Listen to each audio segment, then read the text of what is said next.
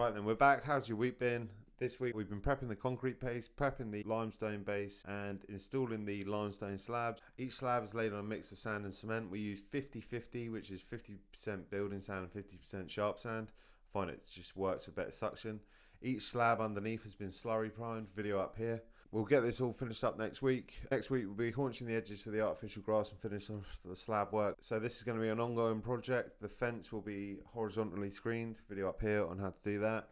And then the sunken area is going to have a block wall which will then be rendered, and then they'll have a lower seating area, hence why we've already put in the soakaway. Comment below, check out our social media platforms in the description below. How's your week been? Like, comment, share and subscribe. Let's get into the video. Peace.